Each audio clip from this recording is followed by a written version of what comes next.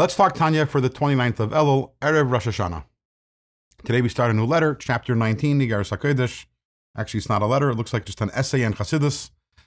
And the purpose of this letter is to give us a deeper understanding of the nature of the Torah.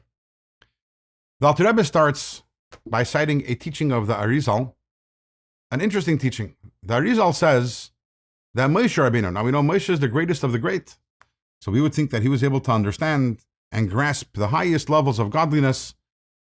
The Arizal says that higher than the world of Atzilus, even Moshe Rabbeinu was not able to understand and grasp.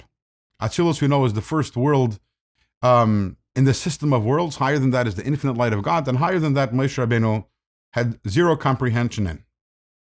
And then he goes on and says, moreover, even in the world of Atzilus, we know there's the higher levels of Atzilus. More specifically, we have Chachma, which is God's wisdom, which, as we know, that's where the Eir and Suf, that's the portal where the Eir and Suf, the infinite light of God, enters the system of creation. And that also, Moshe Rabbeinu was not able to arrive over there, but rather Moshe, he was able to grasp as the light of Chachma came down all the way through Atzilus, and then when it entered the lowest levels of Atzilus, what's known as Nehim, Netzach, Hoid, Yisoid, Malchus, the final four attributes of Atzilus, that is where Moshe Rabbeinu was able to understand and grasp and arrive at those areas.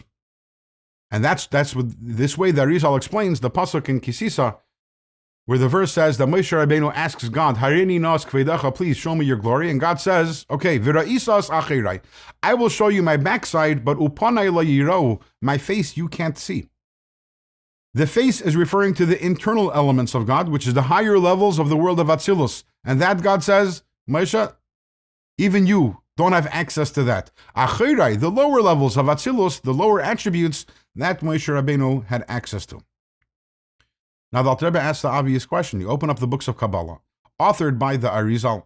You look in the Zohar and all the other different books of Kabbalah, and we see discussions about the levels that are higher than Atzilus. We have Keser and even higher than that. And the obvious question is, one second.